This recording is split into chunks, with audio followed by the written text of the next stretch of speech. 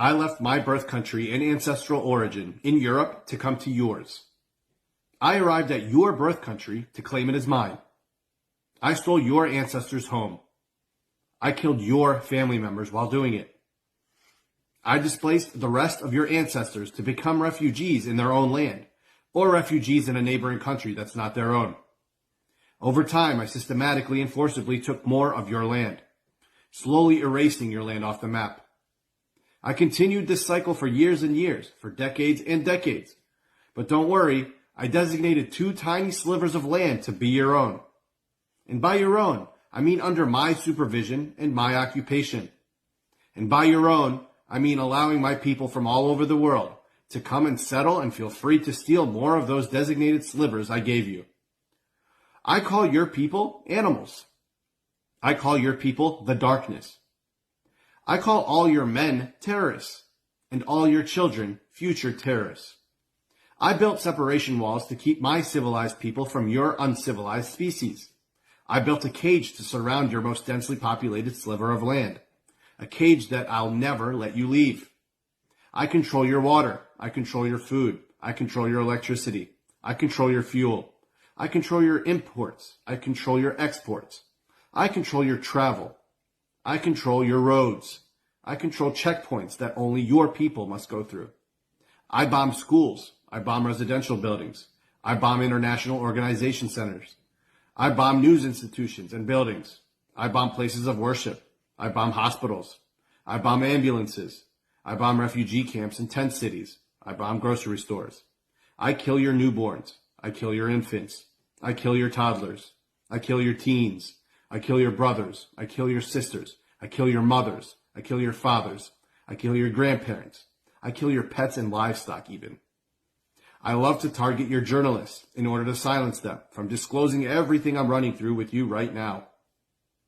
I also love to target your best and brightest, your doctors, your nurses, your lawyers, your engineers, your poets, your professional athletes, your inventors, and yes, your children again, because they could turn out to be any one of those and more, but mostly because they'll probably turn out to be terrorists. I love killing via airstrikes, sniper fire, tank or warship shellings, and point-blank shots to the head. I especially like killing those that carry white flags. And there's nothing I enjoy more than hunting children for sport with my sniper rifle. But my icing on the cake is being able to use an internationally banned substance called white phosphorus on your people and watch it burn through your flesh all the way down to the bone without any consequences from the international community. And after I kill you, I typically would steal your body before you're even given a chance for a proper burial, so that I can steal your organs, especially your skin, so that I can contribute to my world's #1 largest skin bank. I mockingly play with your children's toys in their bedrooms after I kill or displace them. In fact, I like to steal their toys to take back with me for my own children. I cook in your empty kitchens after I've killed or displaced your families. I rummage through your dead or displaced women's underwear drawers and call them whores. I steal the money you've saved your whole lives from your family safes. I sing songs and dance over the rubble that I created, the rubble that still holds some of your people that haven't been found yet. I mock the empty classrooms where I killed the majority of your students. I destroy stores and businesses for fun, in case you ever thought about going back to work after I massacre your people. I arrest children. I arrest any of your people, even if they didn't commit a crime. I hold them as hostages without charge or due process for months and even years. I torture these hostages psychologically, emotionally, and physically. In many cases, I just kill the hostages if it suits me. Oh, and let me make one thing clear before I continue. If you ever fight back, I will cry like a little child that got fake bullied or cried wolf and make a scene to the entire world so that they think you are the terrorist and the first aggressor. They won't know what I've been doing to you because we're going to make up so much horrific shit that never happened that the entire Western world, along with its politicians and media, will run with it and spread it like wildfire until you are so villainized. I will not just continue what I've been doing to you for decades, but I'll be increasing it by 1,000-fold with full justification, approval, and impunity. But yeah, back to my list of noble traits. I prevent humanitarian aid from entering places that are in dire need of it. I bulldoze and burn humanitarian aid warehouses filled with food, water, and medicine. I bulldoze and desecrate cemeteries to then excavate and steal the bodies of your people. I bulldoze, bomb, and destroy historical sites, monuments, universities, and libraries in order to erase any sense of historical claim to this land. I bulldoze, burn, and uproot olive trees. I bulldoze, burn, and destroy agricultural land and water sources to deter or prevent your people from thriving in the future. I rape and pillage your people and gloat about it, even on social media. In many cases, I'm actually a rapist or a pedophile in other countries and then run away here to seek asylum and continue my raping and pedophilia under the protection of my government. And you may think no way that he does all of this. And boy, would you be wrong. Because I love to document everything that I do via picture and video as a means to display my pride in my work.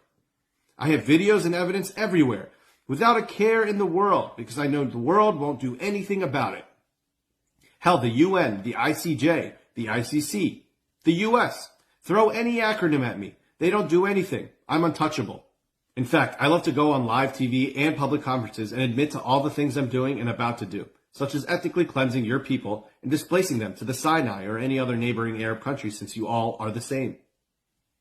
And do I lie? You're goddamn right I do. In fact, I have a lying or propaganda division in my government that continuously puts out lie after lie in hopes that one sticks with the public, especially with the horrible PR we are getting lately. One of my favorite lies is that your people plant terrorists called Hamas literally everywhere, and that there are terrorist tunnels under everything. This gives me a reason to bomb and kill everything and everyone, no matter how old or innocent. But if you were to ask me if Hamas were to infiltrate one of my hospitals or schools, if I would employ the same tactics as I do with your people, then I would say hell no. Why? Because my people aren't terrorists. My men, women, and children aren't terrorists like yours. I also love to make things up about the people that work in humanitarian agencies that serve you, saying that they are in fact terrorists so that the main source of humanitarian funding you get is cut off by my colonialist best friends. And I think it's pretty cool that the only countries that really like me are the big dogs on campus, the US, UK, France, Germany, and Canada.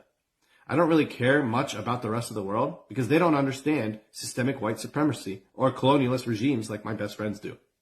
I also like to lie about rape and baby murder because that's the one thing all people in this world absolutely can't accept. That's their red line, even if I don't present any proof or evidence of it. And have I ever presented any proof or evidence of this? No. Will I ever? Probably not. But you all will still believe me because we hire F-list celebrities to say that it happened. And that F is for family, so we believe everything they say. And now my piece de resistance is that I finally cornered your majority homeless population in the smallest of regions to mass murder you via bombardment, ground invasions, and mass starvation, and then eventually displace you and get away with it. I mean, my best bud, the US, is about to give me more money and weapons and just stated that they won't be reprimanding me whatsoever for committing the most atrocious live-streamed war crime in history.